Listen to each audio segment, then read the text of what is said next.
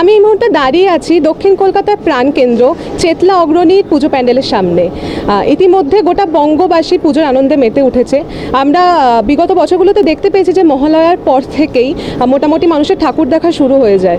আজকে মহা পঞ্চমী এবং পঞ্চমীতে ইতিমধ্যে প্রচুর মানুষের ভিড় উপচে পড়েছে প্যান্ডেলের মধ্যে। তো আমি এখন চেতলা অগ্রণীর বাইরে দাঁড়িয়ে আছি। আমি একটু প্যান্ডেলের বাইরের ফটোটা তোমাদের দেখাতে বলবো। দৃশ্যটা তোমরা দেখতে পাচ্ছ, প্রচুর মানুষ ইতিমধ্যে লাইন দিয়ে দাঁড়িয়ে আছে ঘন্টার পর ঘন্টা ধরে তাদের পছন্দের প্যান্ডেল এবং প্রতিমা দর্শন করবে। তোমাকে একটু প্যান্ডেলের ছবি, মণ্ডপের ছবিটা একটু দেখাবো। এদিকটা আমার ক্যামেরা বন্ধুকে দেখাতে দেবো। তোমরা দেখতে পাচ্ছ এত সুন্দর কারুকার্য রয়েছে গোটা মণ্ডপ জুড়ে। তার সাথে বাংলার কুটির শিল্প, হস্তশিল্প এবং মেদিনীপুরের শিল্প, সমস্ত বাংলার গ্রামীণ সমস্ত শিল্পটা এখানে তুলে ধরা হয়েছে। তার সাথে সাথে আলো রোশনাই দেখতে পাচ্ছ, পুরো বিষয়টা খুব সুন্দর হয়েছে।